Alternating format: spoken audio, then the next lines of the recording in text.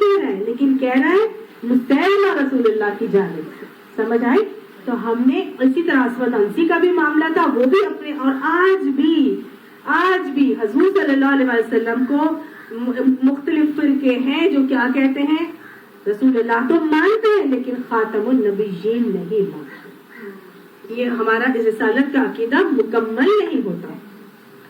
آپ صلی اللہ علیہ وسلم تو آگے دنیا سے اٹھا بھی لیے گئے، چلے بھی گئے. اب ہم ایک اور چیز پر بھی عقیدہ رکھتے ہیں، اور ہم یہ عقیدہ رکھتے ہیں کہ حضرت عیسیٰ علیہ السلام کا نزول ہوگا. حضرت عیسیٰ علیہ السلام بھی تو رسول ہے نا، وہ بھی رسول ہے، لیکن ہم رسول مسیح کا تصور رکھتے ہیں. یہ کیا بات ہے؟ کیا پہ ہمارا عقیدہ درست نہیں ہے؟ Very good. نہیں، عقیدے پر آئے کی بات نہیں ہے، بات یہ ہے لیکن وہ آئیں گے تو نا، وہ آئیں گے تو نا.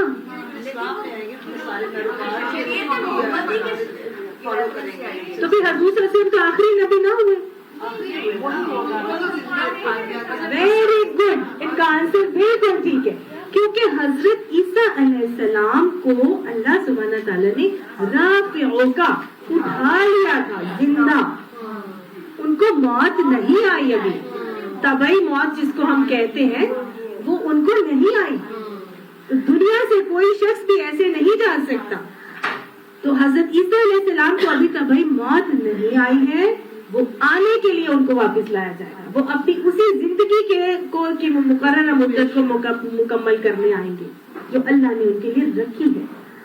اصحاب کہف کا یاد کر لیجئے، 309 سال تک سلائے گئے اور پھر اٹھائے گئے، کیونکہ وہ اپنی مدت کو پورا کرنا تھا. اس کے بعد عزیر کو یاد کر لیجئے، صحیح، وہ بھی 100 سال تک سلائے گئے، پھر انہوں صحیح نا. تو یہ بات ہے کہ وہ ابھی اٹھا لیے گئے ہیں، وہ کس حال میں ہے، کہاں ہے، کیا یہ اللہ جانتا ہے، لیکن وہ اپنی زندگی کی مدت کو پورا کرنے کے لیے آئیں گے. وہ ایز اے نبی نہیں بنا کے بھیجے جائیں گے، نئے کوئی نبی.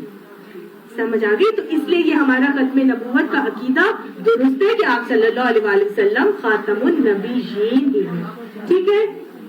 اچھا، ان کی شادی ہوگی، ان کے بچے ہوں گے، اور اس کے بعد پھر وہ ان کی کوششوں سے دجال کو وہ ماریں گے، اور پھر ان کی ہی دعا سے یاجوج ماجوج جو ہے وہ ہلاک ہو جائیں گے، اور پھر ان کی جو ہے وہ موت واقع ہوگی اور طبعی موت وہ اس دنیا سے جائیں گے.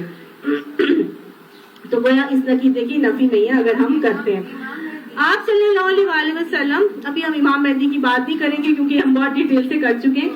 اب احادیث بھی اللہ سبحانہ تعالیٰ کی نبی کی جو ہے وہ موجود ہے. آپ صلی اللہ علیہ وسلم نے ختم نبوت کے حوالے سے فرمایا، بخاری میں حضرت ابو ہریرہ کی روایت آتی ہے کہ بنی اسرائیل پر نبی حکومت کرتے تھے. جب ایک نبی فوت ہو جاتا تو اس کی جگہ دوسرا نبی جانشین ہوتا، مگر میرے بعد کوئی نبی نہیں ہوگا بلکہ کثرت سے خلفاء ہوں گے. بخاری کی ایک اور حدیث آتی ہے، آپ نے فرمایا میری اور مجھ سے پہلے گزرے ہوئے نبیوں کی مثال ایسی ہے کہ جیسے ایک شخص نے عمارت بنائی اور بڑی ہی خوبصورت بنائی، مگر اس کے کونے میں ایک اینٹ کی جگہ چھوڑ دی. لوگ اس میں آتے جاتے ہوں اور تعجب کرتے ہیں کہ اس اینٹ کی جگہ کیوں چھوڑ دی. وہ اینٹ میں ہوں اور میں خاتم النبیین ہوں. آپ صلی اللہ علیہ وسلم نے فرمایا کہ مجھے نبیوں پر 5 باتوں میں فضیلت دی گئی ہے. یہ ترمذی کی ہے، مسند احمد، ابن ماجہ، سب میں یہ حدیث آتی ہے. آپ نے فرمایا مجھے جامع اور مختصر بات کہنے کی صلاحیت بخشی گئی ہے. آپ صلی اللہ علیہ وسلم کی بہت چھوٹی جامع اور مختصر بات ہوتی تھی اور اس کے اندر سمندر کو موزے میں بند کر دیا گیا، جیسے ایسی ڈیٹیل بات ہوتی تھی. روب کے ذریعے سے مجھے نصرت بخشی گئی، اور آپ صلی اللہ علیہ وسلم کا روب 1 ماہ کی مسافت پر تھا، یعنی 1 مہینے کوئی دور ہوتا تھا تو وہاں قریب آتا تو اس کو 1 مہینے پہ جو ہے وہ روب میں آ جاتا تھا اور وہ وہیں سرنڈر کر جاتا تھا. میرے لیے اموال غنیمت حلال کر دیے گئے. اس سے پہلی امتوں کے اوپر اموال غنیمت جو ہے وہ حلال نہیں تھے، وہ وہیں ایک جگہ رکھ دیتے تھے، غیب سے آگ آتی تھی اور کھا جاتی تھی، اس کو بھسم کر دیتی تھی. لیکن اموال غنیمت آپ صلی اللہ علیہ وسلم اور ان کی امت کے لیے حلال کیے گئے. میرے لیے زمین کو مسجد اور پاکی حاصل کرنے کا ذریعہ بنایا گیا ہے. زمین کو مسجد بھی ہے اور پاکی حاصل کرنے یعنی مٹی کو. مٹی کہیں بھی آپ نماز پڑھ سکتے ہیں اگر خشک مٹی ہے, اور خشک مٹی سے آپ تیمم بھی کر سکتے ہیں اور پاکی حاصل بھی کر سکتے ہیں. ایون یہ کہ اگر آپ کے برقعے پر کچھ لگ گیا ہے, کوئی پیشاب والی جگہ پہ گیا, باتھ روم میں گئے اور وہاں گندگی تھی, آپ باہر نکل کر آئے اور آپ مٹی میں پھر رہے ہیں اور آپ کا برقعہ مٹی سے جو ہے وہ اٹ گیا ہے, تو آپ کا وہ برقعہ پاک ہو گیا ہے. سمجھ میں آئیے نا, تو آپ آرام سے مٹی نے اس کو پاک کر دیا ہے. مجھے تمام دنیا کے لیے رسول بنا کر بھیجا گیا ہے اور میرے اوپر انبیاء کا سلسلہ ختم کر دیا گیا ہے. آپ صلی اللہ علیہ وسلم نے فرمایا, ترمذی کی حدیث ہے کہ بس میں آیا اور انبیاء کا سلسلہ ختم کر دیا گیا. آپ نے فرمایا, مسند ابو داؤد میں آتا ہے کہ میرے ذریعے سے انبیاء کا سلسلہ ختم کیا گیا. مسند احمد میں آتا ہے کہ رسالت اور نبوت کا سلسلہ ختم ہو گیا. میرے بعد نہ کوئی نبی ہے اور نہ کوئی رسول ہے. آپ نے فرمایا کہ میں محمد ہوں, احمد ہوں, ماہی ہوں, حاشر ہوں, میں عاقب ہوں. عاقب وہ ہے جس کے بعد کوئی نبی نہیں آئے گا. حضور صلی اللہ علیہ وسلم نے بخاری میں کی روایت آتی ہے کہ آپ صلی اللہ علیہ وسلم نے حضرت علی کو مخاطب ہو کر فرمایا کہ میرے ساتھ تمہاری وہی نسبت ہے جو ہارون علیہ السلام کو موسیٰ سے تھی, مگر میرے بعد کوئی نبی نہیں ہے. اور آپ نے ایک اور جگہ فرمایا کہ میری امت میں 30 کذاب ہوں گے, یعنی جھوٹے داعیان نبوت میری امت میں 30 آئیں گے, جن میں سے ہر شخص نبی ہونے کا دعویٰ کرے گا, حالانکہ میں خاتم النبیین ہوں اور میرے بعد کوئی نبی نہیں ہے. اتنی زیادہ واضح اور صحیح احادیث آتی ہیں, اس کے باوجود بھی جو ہے لوگ نبوت کا دعویٰ کر دیتے ہیں. اللہ سبحانہ تعالیٰ ان کی بھی ہدایت فرمائے, اصلاح فرمائے اور ہمارے عقیدے کو درست رکھنے کی ہمیں توفیق عطا فرمائے. اے لوگوں جو ایمان لائے ہو, یا ایھا الذین آمنوا, ایمان لانے والوں سے مخاطب ہو کہ اللہ سبحانہ تعالیٰ ایک کام کرنے کا حکم دے رہا ہے. کیا کرو؟ اذکروا اللہ ذکرا کثیرا, اللہ کو کثرت سے یاد کیا کرو. ذکر کس کو کہتے ہیں؟ ذکر کس کو کہتے ہیں؟ نماز, قرآن اور تسبیحات کو ذکر کہتے ہیں. ذکر کی سب سے اولین شکل جس کو اللہ نے ذکر کہہ کے مخاطب کیا وہ ہے قرآن. اِنَّا نَحْنُ نَزَّلْنَا الذِّكْرَ وَإِنَّا لَهُ لَحَافِظُونَ, یہ ہم نے ذکر نازل کیا ہے اور ہم ہی اس کی حفاظت کرنے والے ہیں. تو ہمیں اللہ سبحانہ تعالیٰ یہاں حکم دے رہے ہیں کہ اللہ کا کثرت سے ذکر کیا کرو, کثرت سے اس کو یاد کیا کرو. اب چلتے پھرتے اٹھتے بیٹھتے ہم اپنی زبانوں پہ ذکر الہی کر سکتے ہیں, کوئی ضروری نہیں ہے کہ ہم اس کے لیے بار وضو ہی ہو, بغیر وضو کے بھی ہم چلتے پھرتے اٹھتے بیٹھتے کر سکتے ہیں. اسی لیے اللہ نے کہا وَسَبِّحُوهُ بُكْرَةً وَأَصِيلًا, اور صبح و شام اس کی تسبیح کیا کرو. تو گویا ذکر اور تسبیح علیحدہ علیحدہ یہاں بتائی جا رہی ہے, ٹھیک ہے نا. تو تسبیحات کو ہم یہاں ذکر میں نہیں شامل کر سکتے. اللہ کے ذکر اس قرآن اور نماز کو ہم ذکر کہیں گے. یہاں پر کتنا کرنا ہے؟ کثرت سے کرنا ہے. اور چلتے پھرتے اٹھتے بیٹھتے صبح شام بھی اپنی زبانوں پر ذکر الہی کو تسبیحات کی شکل میں جاری رکھو. جب تم ایسا کرو گے, جب ہم ایسا کرنے لگیں گے, ہمارا اٹھنا بیٹھنا قرآن بن جائے, ہم اٹھتے بیٹھتے ہمیں فیلنگ ہونے لگے قرآن نہیں پڑھا, قرآن پڑھ لوں, فارغ بیٹھی ہوں چلو قرآن کھول کے بیٹھ جاؤں, قرآن پڑھ لوں, چلو کچھ دیکھ لوں, ترجمہ دیکھ لوں, کچھ یاد کر لوں, نماز پڑھنے کھڑی ہو گئی, کوئی نہ کوئی ذکر کا کام کرنا شروع ہو گئی قرآن کے توسل کے حوالے سے, تو اللہ سبحانہ تعالیٰ پھر ایسے لوگوں کو چھوڑتا نہیں. اللہ سبحانہ تعالیٰ ایسے لوگوں کا بڑا ہی قدردان ہوتا ہے. اللہ تعالیٰ فرماتے ہیں هو الذی, وہ ذات ہے, یصلی علیکم وملائکتہ, وہ تو تمہارے اوپر رحمتیں بھیجتا ہے اور اس کے فرشتے بھی رحمتیں بھیجتے ہیں. ہم پڑھتے ہیں ان اللہ وملائکتہ یصلون علی النبی یا ایھا الذین آمنوا صلوا علیہ وسلموا تسلیما, کہ ملائکہ اور اللہ کیا کرتے ہیں؟ اللہ اور ملائکہ یصلون علی النبی, وہ نبی کے اوپر درود بھیج رہے ہیں, رحمتیں بھیج رہے ہیں. تو اے ایمان والو تم بھی بھیجا کرو. یہاں اللہ کس کے اوپر یصلی کر رہا ہے؟ اللہ سبحانہ تعالیٰ کس کے اوپر یصلی کر رہا ہے؟ میرے اور آپ کے اوپر کر رہا ہے. سبحان اللہ. یہ ہے امت محمدی کا درجہ، یہ ہے فضلم کا درجہ جو اللہ نے اس امت کو عطا کیا. اللہ سبحانہ تعالیٰ نے امت محمدی کو چن کے رکھا ہے. وَاجْتَبَاكُمْ کا معاملہ کیا. اللہ نے جیسے نبی کو نبیوں میں سے چھانٹا، ایسے اللہ نے نبی کی امت کو امتوں میں سے چھانٹا. اللہ تعالیٰ نے تمام ارواح میں سے بیسٹ آف بیسٹ ارواح کو چھانٹا. اللہ تعالیٰ فرماتے ہیں وَاجْتَبَاكُمْ، اس نے تمہیں چن لیا ہے. وَكَذَلِكَ جَعَلْنَاكُمْ أُمَّةً وَسَطًا، تمہیں امت وسط بنایا ہے. اللہ نے مجھے اور آپ کو کیا بنایا؟ كُنتُمْ خَيْرَ أُمَّةٍ، تمہیں بہترین امت بنایا. اللہ نے مجھے اور آپ کو چھانٹا ہے، چنا ہے. تمام ارواح میں سے بہترین ارواح نبی کی امت بنانا تھا. بہترین میں سے بہترین، بیسٹ آف بیسٹ میں اور آپ چنے ہوئے لوگ ہیں. الحمدللہ ثم الحمدللہ. اللہ تعالیٰ ایسے ہی تو نہیں یصلی کا معاملہ کر رہا میرے اور آپ کے اوپر. اب اگر میں اور آپ یہ قرآن سے نہیں جڑیں گے، یہ ذکر اذکار اور تسبیحات کو اپنا معمول نہیں بنائیں گے، تو کیا اللہ کی رحمت کے ہم حقدار ہونے والے ہیں؟ کیسے ہم اللہ کی رحمت کے حقدار ہوں گے؟ جب ہم یہ اذکروا اللہ ذکرا کثیرا کا معاملہ کریں گے. جب ہم کہیں گے تو پھر اللہ کیا کرے گا؟ یصلی علیکم، اللہ یصلی کرے گا، تمہارے اوپر رحمت بھیجے گا. ملائکہ کیسے رحمت بھیجیں گے؟ ملائکہ رحمت تو نہیں بھیجیں گے، لیکن رحمت بھیجنے کی اللہ سے دعائیں کریں. ہمیں معلوم ہے، ہمیں حدیث بتاتی ہے کہ ذکر کی جب محفل قائم ہوتی ہے اور جو شخص ذکر کے لیے جاتا ہے اس محفل میں شامل ہونے کے لیے تعلیم کی نیت سے نکلتا ہے، تو فرشتے اس کے لیے کیا کرتے ہیں؟ دعائیں رحمت اور بخشش کرتے ہیں.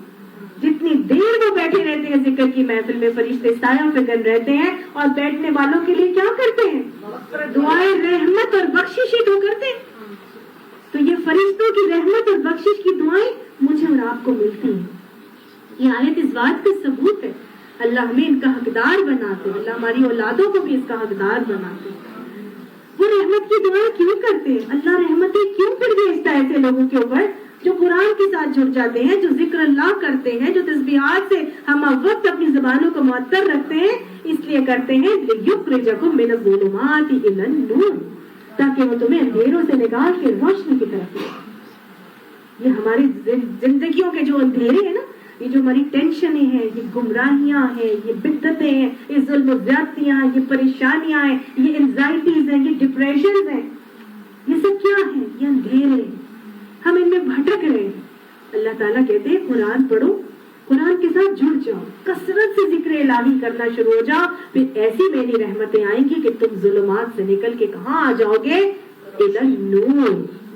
اللہ تعالیٰ فرماتے ہیں نا اللہ ولی الذین آمنوا یخرجہم من الظلمات الی النور والذین اولیاءہم الطاغوت، اور جن کے اولیاء طاغوت بن جاتے ہیں، شیطان بن جاتے ہیں، یخرجونہم من النور الی الظلمات، وہ ان کو نور سے نکال کے ظلمات کی طرف لے جاتے ہیں. اللہم لا تجعلنا منہم. اللہ ہمیں اپنا دوست بنا دے، اللہ ہمارا دوست بن جائے. وَكَانَ بِالْمُؤْمِنِينَ رَحِيمًا، اور مومنوں کے لیے تو اللہ بہت ہی رحیم ہے. اللہم رحمتک ارجو فلا تکلنی الی نفسی طرفۃ عین واصلح لی شأنی کلہ لا الہ الا انت. تحیتہم، ان کو تو تحفے دیے جائیں گے، ان کو تو تحفوں سے استقبال کیا جائے گا. ان کو تو تحیت کس کو کہتے ہیں؟ سلام کرنے کو بھی کہتے ہیں. کس دن ان کو ساتھ تحفے دیے جائیں گے سلامتیوں کے؟ یوم یلقونہ سلام، جس دن وہ اس سے ملیں گے، ملاقات کریں گے، ان کو سلامتی کے تحفے دیے جائیں گے. کیوں دیے جائیں گے؟ کیونکہ یہ تو خود مومن ہے نا، یہ تو خود مسلم ہے. المسلم من سلم المسلمون بلسانہ ویدہ. مسلم تو وہ ہوتا ہے جس کی زبان اور ہاتھ سے دوسرے مسلمان محفوظ ہوتے ہیں. وہ تو دوسرے کو من سلامتی کے پیغام دے رہا ہوتا ہے. جب کسی سے ملتا ہے تو السلام علیکم کہہ کے اس بات کا یقین دلاتا ہے کہ میری طرف سے تم امن اور سلامتی دو، میں تمہیں کوئی تکلیف نہیں دوں گا. لہٰذا وہ دنیا میں ایک دوسرے کو سلامتی کے تحفے دیتے تھے. اللہ سبحانہ تعالیٰ سے جب ملاقات ہوگی تو پھر کیا ہوگا؟ ان کی ملاقات میں اللہ سبحانہ تعالیٰ ان کو سلام پیش کریں گے. سلام قولا من رب رحیم. جب فرشتے ان کی روح قبض کرنے آتے ہیں تو پھر کہتے ہیں تمہیں تو اللہ کی طرف سے سلام بھیجا گیا. پھر جنت میں جائیں گے تو کہیں گے سلام علیکم طبتم، بڑے اچھے رہے، فادخلوها خالدین، اس میں ہمیشہ کے لیے داخل ہو جاؤ. اور پھر جب اندر جائیں گے تو ایک دوسرے کو سلام کے تحفے دیں گے، اور پھر اللہ سبحانہ تعالیٰ سے جب ملاقات ہوگی تو پھر اللہ ان کو سلام بھیجے گا. یہ ہے وَأَعَدَّ لَهُمْ أَجْرًا كَرِيمًا، اور تیار کر کے رکھا ہے ان کے لیے اللہ سبحانہ تعالیٰ نے بہت ہی برکت والا اجر. یہ کیا اجر ہے جو اللہ نے تیار کیا ہے؟ یہ ہے رضوان من اللہ اکبر کا اجر. اللہ سبحانہ تعالیٰ پھر ان مومنوں کو کیا کہیں گے؟ جاؤ میں آج تم سے کبھی راضی ہو کبھی ناراض نہیں. یہ اللہ کی رضا کے سے سرفراز ہو جائے. اللہ ان کو اپنی رضا کے پروانے عطا فرما دے گا. اللہ ہمیں ان لوگوں میں شامل فرما دے گا. یا ایھا النبی، اے نبی صلی اللہ علیہ وآلہ وسلم، انا ارسلناک شاہدا ومبشرا ونذیرا، بے شک ہم نے آپ کو بھیجا ہے ایک گواہ بنا کر اور ایک خوشخبری دینے والا بنا کر اور برے انجام سے ڈرانے والا بنا کر بھیجا ہے. نبی صلی اللہ علیہ وآلہ وسلم کی کچھ صفات بتائی جا رہی ہیں اور یہ بتایا جا رہا ہے کہ آپ صلی اللہ علیہ وآلہ وسلم کو اللہ تعالیٰ نے یہ 3 صفات دے کر بھیجا ہے. آگے بھی پڑھیں گے اگلی صفات کیا ہے. وَدَاعِيًا إِلَى اللَّهِ بِإِذْنِهِ، اللہ کی اذن سے لوگوں کو اللہ کی طرف بلانے والا، وَسِرَاجًا مُنِيرًا، اور چمکدار روشن چراغ بنا کر بھیجا. آپ صلی اللہ علیہ وآلہ وسلم کی یہ 5 صفات یہاں پر تذکرہ کی جا رہی ہیں، جن میں سے سب سے پہلی صفت کیا ہے؟ شاہدوں، آپ کو گواہ بنا کر بھیجا گیا.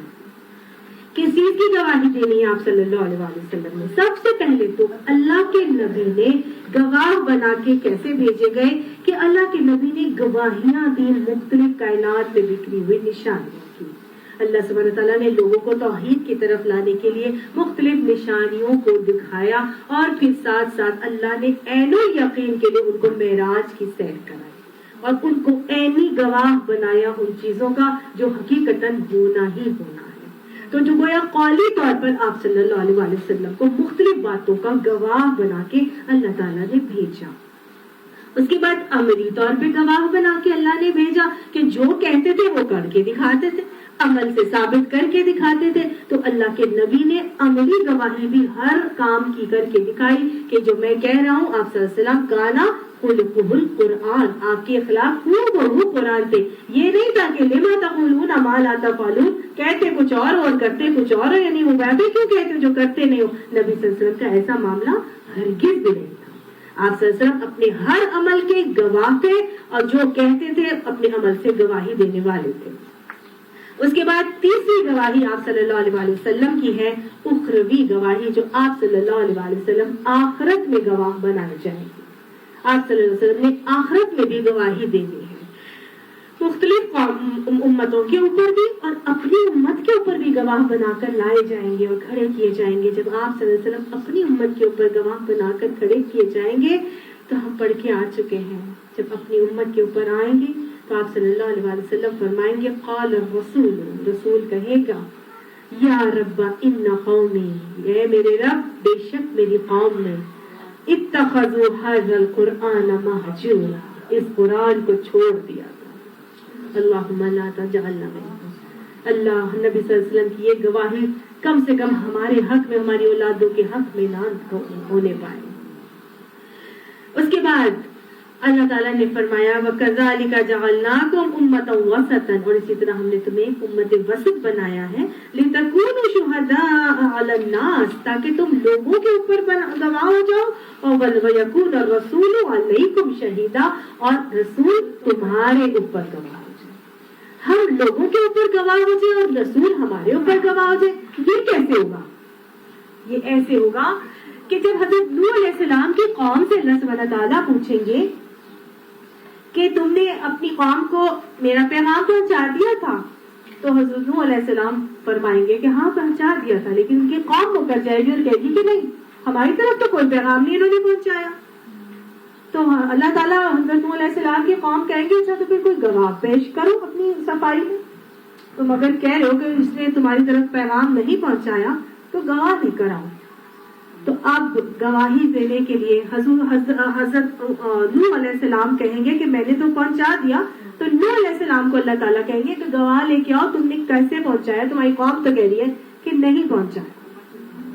تو اللہ یہ جو ہم لوگ امت محمد صلی اللہ علیہ وسلم کے افراد یہ جائیں گے اور حضرت نوح علیہ السلام کی گواہی دیں گے اور کہیں گے کہ ہم گواہ ہیں کہ نوح علیہ السلام نے اپنی قوم کو اللہ آپ کا پیغام پہنچا دیا تھا۔ حضرت نوح علیہ السلام کی قوم لڑے گی، آگے سے کہے گی تم لوگ تو بہت بعد میں آئے تھے، تم لوگوں کو کیا پتا کہ نوح علیہ السلام نے ہم تک یہ پیغام پہنچایا تھا کہ نہیں؟ تو ہم امت محمدی کے افراد کیا کہیں گے؟ ہاں کہ ہم نے قرآن پڑھا، ہمارا نبی ہمارے لیے لے کے آئے، ہمارے نبی نے ہم کو بتایا تھا کہ حضرت نوح علیہ السلام نے، اور قرآن میں لکھا تھا کہ نوح علیہ السلام نے جو ہے آپ تک اپنا پیغام پہنچا دیا۔ پھر رسول اللہ صلی اللہ علیہ وسلم کو گواہ بنایا جائے گا۔ رسول اللہ صلی اللہ علیہ وسلم کو گواہی پہ جب لایا جائے گا تو آپ صلی اللہ علیہ وسلم کا معاملہ کیا ہے؟ سورہ نمل میں آتا ہے کہ جس روز ہم ہر امت میں انہی کے اندر ایک گواہ اٹھا کھڑا کریں گے جو ان پر گواہی دے گا، اور اے محمد صلی اللہ علیہ وسلم تمہیں ان لوگوں پر گواہ کی حیثیت سے لائیں گے۔ تو یہ آپ صلی اللہ علیہ وسلم کی ایک اور گواہی جو ان امتوں کے اوپر آپ صلی اللہ علیہ وسلم کو مزید گواہ کے طور پر کھڑا کیا جائے گا۔ تو یہ ہے آپ صلی اللہ علیہ وسلم کے شاہدم والا معاملہ۔ آپ صلی اللہ علیہ وسلم تین طرح سے شاہد بنیں گے، اور مبشرن کا معاملہ کیسے ہے اور نذیرن کا معاملہ کیسے ہے؟ تو مبشرن کا معاملہ ہے خوشخبری دینے والا۔ آپ صلی اللہ علیہ وسلم مبشر بنا کے بھیجے گئے۔ اللہ تعالیٰ قرآن پاک میں سورہ مریم میں فرماتا ہے فَإِنَّمَا يَسَّرْنَاهُ بِلِسَانِكَ لِتُبَشِّرَ بِهِ الْمُتَّقِينَ وَتُنذِرَ بِهِ قَوْمًا لُدًّا۔ بس بے شک ہم نے آپ صلی اللہ علیہ وسلم کی زبان میں آسانی پیدا کر دی تاکہ آپ متقیوں کو خوشخبری دیں اور جھگڑالو قوم کو متنبہ کر دیں۔ تو اللہ نے حضور صلی اللہ علیہ وسلم کی زبان مبارک میں آسانی پیدا کر دی تھی، نرمی پیدا کر دی تھی تاکہ آپ متقیوں کو خوشخبریاں سنائیں اور جھگڑالو لوگوں کو متنبہ کر دیں۔ ہم نے آپ صلی اللہ علیہ وسلم ہم نے دیکھا کہ آپ صلی اللہ علیہ وسلم نے کیسے کیسے مبشر بننے کا معاملہ کیا۔ آپ صلی اللہ علیہ وسلم کون کون سی خوشخبریاں ہیں جو دیتے تھے؟ ایک تو آپ دیکھیں قرآن پاک میں اللہ تعالیٰ نے ہمیں بتایا، احادیث مبارکہ سے پتہ چلتا ہے دین میں آسانیاں بتانی ہیں، دین کے احکامات میں آسانیاں بتانی ہے۔ قرآن بتاتا ہے نا لا اکراہ فی الدین، دین میں کوئی تنگی نہیں ہے، آرام سے۔ اللہ کے نبی فرماتے تھے نرمی کرو، نرمی کرو، سختی نہ کرو، بشروا ولا تنفروا، خوشخبریاں دو اور متنفر نہ کرو، یسروا ولا تعسروا، آسانیاں پیدا کرو، تنگیاں مشکلات نہ پیدا کرو۔ ایک صحابی تھے وہ آپ صلی اللہ علیہ وسلم کے دور میں انہوں نے کیا کیا کہ بہت لمبی نماز پڑھا دی، اور صحابہ کرام جو بڑی بڑی تھکے ہوئے تھے اور رات کی وہ نماز تھی، بہت کوفت ہوئی ان کو، بہت مشکل سے انہوں نے وہ نماز پڑھی۔ وہ شکایت لے کے آپ صلی اللہ علیہ وسلم کے پاس گئے کہ ہم اتنے تھکے ہوتے ہیں اور پھر بھی اس نے اتنی لمبی انہوں نے نماز پڑھائی ہے، تو ان سے کہیں اتنی لمبی نماز نہ پڑھایا کریں۔ پھر آپ صلی اللہ علیہ وسلم نے ان کی اصلاح کی اور ان کو چھوٹی نماز پڑھانے کے لیے کہا کہ بندہ دیکھ کے کرے کہ اگر بچے ہیں، عورتیں ہیں، اس کے اندر لوگ تھکے ہوتے ہیں تو صبح کی نماز کا حکم ہے کہ وہ بہت لمبی قرات اس کی جائے، باقی نمازوں کے لیے جو ہے وہ دھیان سے دیکھ کے تاکہ لوگ دین سے متنفر نہ ہو جائے۔ تو گویا دین کے احکامات کے بتانے میں نرمی کا طریقہ اختیار کریں۔ جہاں جہاں ہمارا رب ہمیں لچک دیتا ہے، جیسے عذر کے حوالے سے اگر بیٹھ کے کھڑے ہو کے نماز نہیں پڑھ سکتے بیٹھ کے پڑھ لو، بیٹھ کے نہیں پڑھ سکتے تو لیٹ کے پڑھ لو۔ اس کے علاوہ تیمم کا معاملہ ہے کہ اگر آپ نہیں غسل کر سکتے، نہا نہیں سکتے، کسی وجہ سے پانی کو استعمال نہیں کر سکتے یا پانی مل نہیں رہا ہے تو پاکی طہارت کے لیے آپ تیمم کر سکتے ہیں۔ تو گویا کیا ہے نرمی کرو، آسانی کرو۔ تو دین میں خوشخبریاں دو، خوشخبریاں اور بتاؤ کہ بھائی اللہ سبحانہ تعالیٰ نے دین میں سختیاں نہیں رکھی ہیں۔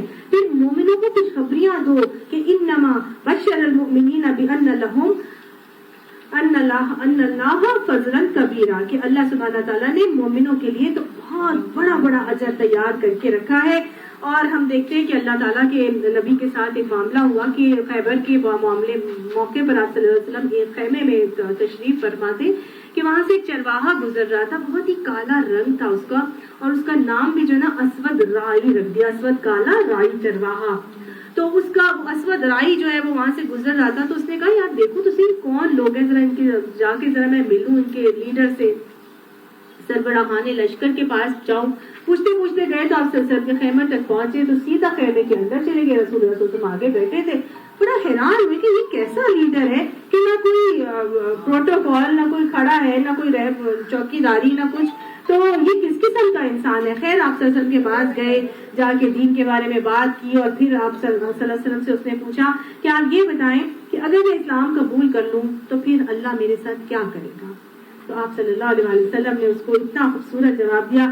آپ صلی اللہ علیہ وسلم نے اس کو کہا کہ اللہ تمہارے گناہ بخش دے گا اور تمہارے درجات بلند کر دے گا۔ حیران ہو اور کہنے لگا اور آپ میرے ساتھ کیا کریں گے؟ تو اللہ کے نبی نے کہا ہم تمہیں اپنا دینی بھائی بنائیں گے اور اپنے سینے سے لگائیں گے۔ آپ صلی اللہ علیہ وسلم کے ہاتھوں پہ فوراً ایمان لے آئے کہ میں بھی جا رہا ہوں لڑنے کے لیے۔ آپ صلی اللہ علیہ وسلم نے فرمایا نہیں، یہ جو بکریاں جن کی تم لے کے آئے ہو نا، جاؤ اور ان کو جا کے امانت ہے، ان کو جا کے لوٹا کر آؤ۔ اور پھر اس شخص نے سارے قبیلے کے ساتھ جو ہے وہ اسلام قبول کر لیا۔ تو یہ ہے طریقے ہمارے دین جو ہمیں سکھاتا ہے کہ آپ بتائیں، لوگوں کو پیار محبت سے بتائیں کہ اللہ نے انعامات کیا دینے، دین میں آنے کے بعد ان کو ملے گا کیا۔ آج لوگ اتنے زیادہ پریشان ہو جاتے ہیں کہ اتنے میں نے ساری عمر گناہوں میں گزار دی، اب میری تو بخشش ہی نہیں ہو سکتی۔ اللہ نے کیا فرمایا، نبی عبادی انی انا الغفور الرحیم، میرے بندوں کو بتا دو کہ میں تو بخشنے والا ہوں، رحم کرنے والا ہوں۔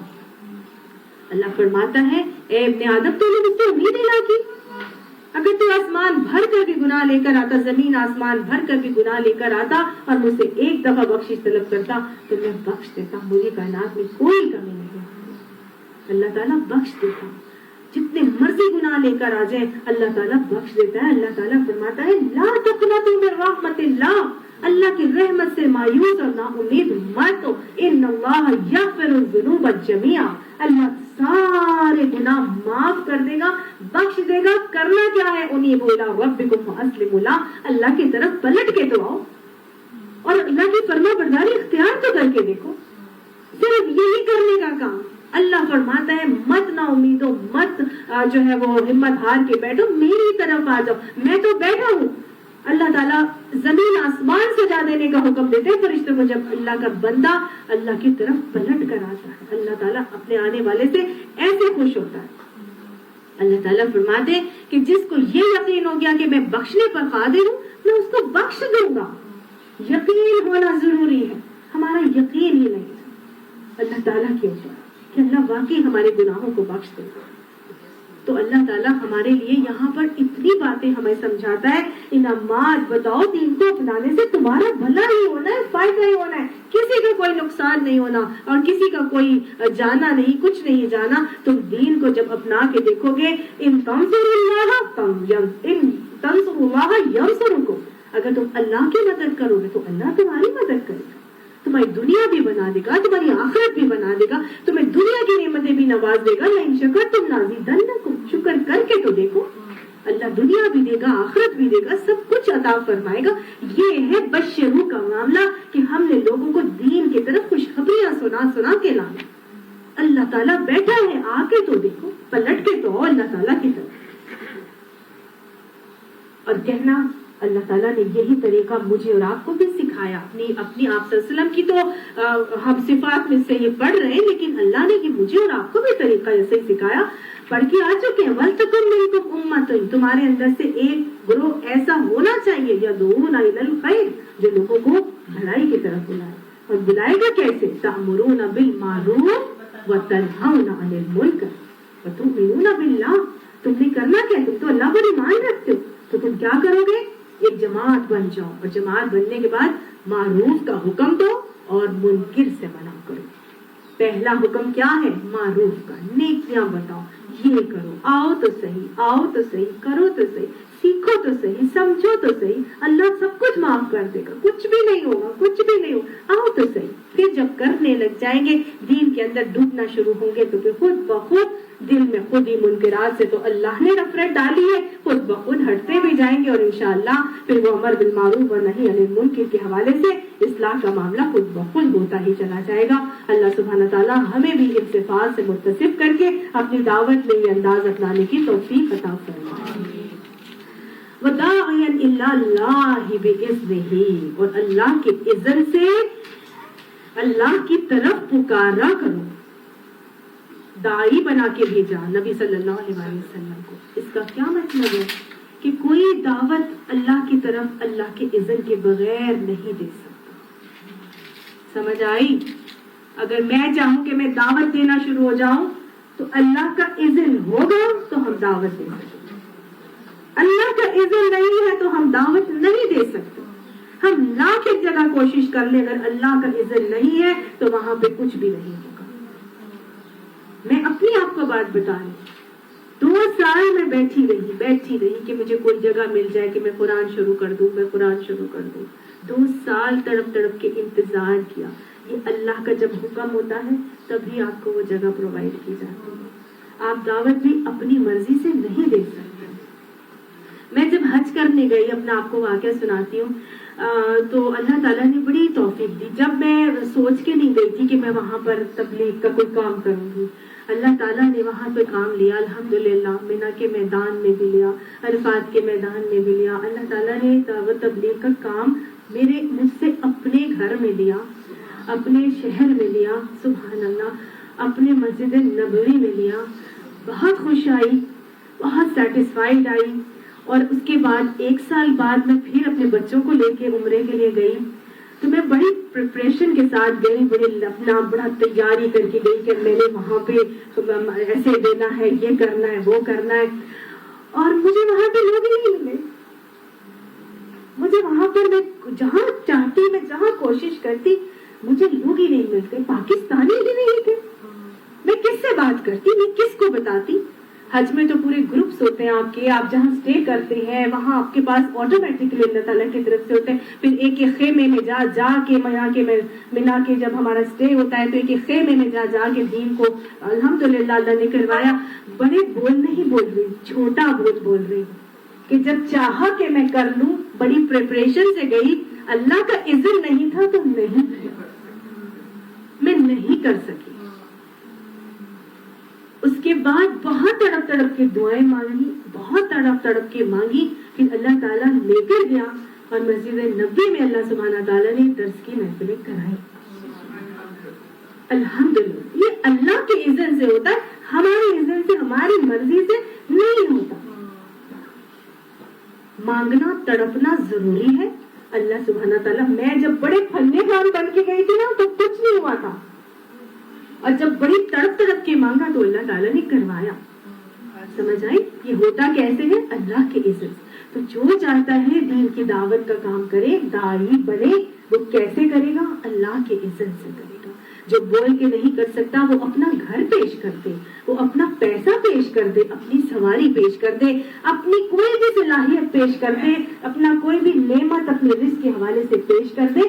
اللہ کا کام ہے، وہ کراتا ہے، ہم نہیں کرتے۔ ہم نے صرف تڑپ اور طلب اللہ کو دکھانی ہوتی ہے، یہ اللہ کرواتا ہے، اپنے اذن سے کرواتا ہے، ہماری مرضی سے نہیں کرواتا۔ وَسِرَاجًا مُنِيرًا، اور کیا ہے؟ سراج منیرہ بنا کے اللہ تعالیٰ نے نبی صلی اللہ علیہ وسلم کو بھیجا۔ سراج منیرہ کہتے ہیں چمکتے ہوئے چاند کو، چمکتا ہوا چاند بنا کے اللہ تعالیٰ نے بھیجا۔ چاند چمکتا ہوا سورج بنا کے، روشن چمکدار سورج۔ روشن چمکدار سورج کیا کرتا ہے؟ جب یہ نکلتا ہے تو ہر چیز کو روشن کر دیتا ہے، اپنی روشنی ہر چیز پر منعکس کرتا ہے اور اس کو بھی روشن کرتا ہے۔ چاند کس سے روشنی پاتا ہے؟ چاند کی اپنی کوئی روشنی نہیں ہوتی، وہ سورج سے لیتا ہے، وہ سورج کی جو شعاعیں ہوتی ہیں اپنے اندر ایبزارب کرتا ہے اور پھر رات کو وہ چمکدار ہو جاتا ہے۔ ستارے بھی ایسے ہی ہوتے ہیں، وہ بھی چاند سے روشنی، سورج سے روشنی مستعار لیتے ہیں اور چمکدار ہو جاتے ہیں۔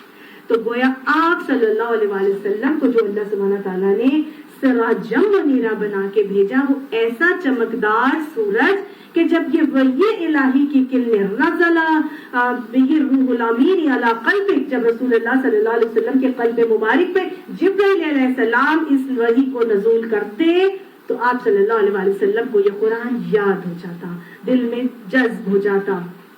پھر آپ صلی اللہ علیہ وسلم کا سینہ مبارک ایک بہت پر نور ایک ذات ان کی ایسی بن گئی کہ اس سے کرنیں نکلی، اور وہ جو آپ کے اخلاق کی کرنیں، آپ کے عادات کی کرنیں، آپ کے الفاظ کی کرنیں، وہ کس پر پڑی؟ صحابہ کرام کے اوپر، اور ان کی ذاتوں کو منور کر دیا، ان پہ منعکس ہوئی اور ان کی ذاتیں منور ہو گئی. یہ سورج تھے، وہ چاند بن گئے، اور آگے آگے ستارے بن گئے. کبھی نبی صلی اللہ علیہ وسلم نے فرمایا اصحابی کالنجوم، میرے صحابہ ستاروں کی مانند ہیں، جس کو بھی پکڑ لو گے گمراہ نہیں ہوگے، فلاح پا جاؤ گے. اللہ تعالیٰ ہمیں بھی ایسا ہی چمکدار سورج اپنے گھر کا بنا دے، ہماری اولادوں کو اللہ تعالیٰ اسلام کا سورج بنا دے کہ ان کے ذریعے سے پوری امت مسلمہ منور اور روشن ہو جائے. گویا آپ صلی اللہ علیہ وآلہ وسلم کو اللہ سبحانہ تعالیٰ نے یہ لقب عطا کیا. یہ تمام القاب آپ صلی اللہ علیہ وسلم کے ہیں، سراج منیرہ بنا کر بھیجا. حضور صلی اللہ علیہ وآلہ وسلم سے جو کرنے ملی تھی نا صحابہ کرام کو، وہ بالواسطہ نہیں، بلا واسطہ ملی، ڈائریکٹ ملی تھی. تو اگر ہم حضور صلی اللہ علیہ وآلہ وسلم کی احادیث کو ڈائریکٹلی پڑھ کے حاصل کریں گے نا تو انشاءاللہ ان کا اثر ہم پر بھی ایسا ہی ہوگا. ہمیں کتنے ہی لوگ ایسے ہیں جو دین کو پڑھ رہے ہیں، کر رہے ہیں، عمل بھی ہو رہا ہے، لیکن یہ پتہ ہی نہیں ہے کہ یہ حدیث ہے، یہ پتہ ہی نہیں ہے کہ یہ سنت ہے، یہ پتہ ہی نہیں ہے کہ کسی بزرگ کا قول ہے، یہ پتہ ہی نہیں کہ یہ کسی تابعی نے یا تبع تابعی نے کہا، یہ معلوم ہی نہیں کہ یہ صحابی نے کہا یا کس نے کہا یا یہ نبی نے کہا. جب ہم نبی صلی اللہ علیہ وسلم کی احادیث پڑھتے ہیں، سیرت مبارکہ پڑھتے ہیں، تو انشاءاللہ آج بھی وہ کرنے ویسے ہی ہمارے دلوں پر منعکس ہوں گی اور ہمیں بھی وہ چمکدار بنا دیں گی. اللہ تعالیٰ ہمیں ان سے سبق سیکھنے کی اور سیرت اور سنت سے ٹوٹ کر پیار کرنے کی اور اس پر عمل کرنے کی توفیق عطا فرمائے. وبشر المؤمنین، اور بشارت دے دو، خوشخبری دے دو ایمان لانے والوں کو بھی، ان لہم من اللہ فضلا کبیرا، کہ اللہ کی طرف سے تو ان کے لیے فضل کبیر ہے، بہت بڑا فضل ہے. کون سا فضل ہے جو مومنوں کو جس کی بشارت دی جا رہی ہے؟ بہت بڑے فضل کی. مومنوں پر اللہ کا بہت بڑا فضل امت مسلمہ کے اوپر. اللہ کے نبی نے فرمایا، حضرت ابن عمر سے حدیث آتی ہے کہ گزشتہ قوموں کے مقابلے میں تمہارا رہنا ایسا ہے جیسے عصر سے سورج غروب ہونے کا وقت. گزشتہ قوموں کے مقابلے میں تمہارا رہنا ایسا ہے جیسے عصر سے سورج غروب ہونے کا وقت. اہل تورات کو تورات دی گئی، انہوں نے صبح سے دوپہر تک مزدوری کی، پھر تھک گئے تو انہیں ایک ایک خیرات ملا. اہل انجیل کو انجیل دی گئی، انہوں نے دوپہر سے عصر کی نماز تک مزدوری کی، پھر تھک گئے، انہیں بھی ایک قرات ملا. پھر ہم نے مسلمانوں کو قرآن دیا، ہم نے سورج غروب ہونے تک، انہوں نے یعنی مسلمانوں نے سورج غروب ہونے تک ہم نے مزدوری کی اور کام کو پورا کر دیا، تو ہمیں 2 قرات دیے گئے. اب اہل کتاب کہنے لگے کہ پروردگار تو نے انہیں 2 قرات دیے اور ہمیں 1 قرات ملا، حالانکہ ہم نے تو ان سے زیادہ کام کیا ہے. اللہ نے انہیں جواب دیا، میں نے تمہاری مزدوری سے جو تم سے طے کی تھی کچھ دبایا تو نہیں؟ وہ کہنے لگے نہیں. اللہ نے فرمایا، پھر یہ میرا فضل ہے جسے جو کچھ چاہے دے دو. بخاری کی یہ حدیث ہے جو میں نے آپ کو سنائی کہ اللہ کا فضل میرے اور آپ کے لیے. ہم وہ امت ہے جس کے لیے اللہ نے فضلاً کبیرہ دیا ہے. ہم وہ امت ہے جو جنت میں 2/3 ہوں گے. ہم وہ امت ہیں جن کا حساب سب سے پہلے ہوگا، حالانکہ سب سے آخری امت ہے. ہم وہ امت ہیں جن کے کمی کوتاہی کا تذکرہ اللہ نے قرآن میں نہیں کیا. اللہ نے مجھے اور آپ کو یا ایھا الذین آمنو کہہ کے مخاطب کیا. ان کو اللہ تعالیٰ نے کیسے مخاطب کیا؟ مغضوب ضالین کہہ کے مخاطب کیا. کتنا فضل کبیر ہے اللہ سبحانہ تعالیٰ کا میرے اور آپ کے اوپر. یہ کتنی بڑی ذمہ داری ہے کہ ہم اس کام کو انجام دیں جو اللہ نے جس کام کے لیے مجھے اور آپ کو بھیجا ہے. نہیں تو ہم اپنے اس منصب کو کھو دیں گے. نہیں تو ہم ان تمام خوشخبریوں کو سمیٹنے والے نہیں ہوں گے۔ حضرت حذیفہ سے آپ صلی اللہ علیہ وسلم کی حدیث آتی ہے، ہمیں دوسری امتوں پر 3 باتوں میں فضیلت ملی، ہماری صفیں فرشتوں کی صفوں کی طرح کی گئی، ہمارے لیے ساری زمین نماز کی جگہ ہے، زمین کی مٹی ہمیں پاک کرنے والی ہے جبکہ پانی نہ ملے، اور ایک بات اور بیان کی وہ انہوں نے نہیں بتائی۔ اللہ سبحانہ تعالی ہمیں ہماری قدر پہچاننے کی توفیق عطا فرمائے۔ وَلَا تُطِعِ الْكَافِرِينَ وَالْمُنَافِقِينَ، اور کافر اور منافقین کی اطاعت نہ کرو، وَدَعْ أَذَاهُمْ وَتَوَكَّلْ عَلَى اللَّهِ، اور ان کی اذیت رسانی کی بھی پرواہ نہ کرو اور اللہ پر توکل کرو، وَكَفَى بِاللَّهِ وَكِيلًا، اور اللہ ہی اپنے معاملات تمہارے معاملات کے لیے کافی ہے، تمہارا نگران ہے، تمہارا کارساز ہے، اپنے معاملات اللہ ہی کے سپرد کر دو۔ صدق اللہ العظیم، آمین ثم آمین، وما علینا الا البلاغ، صدق اللہ العظیم۔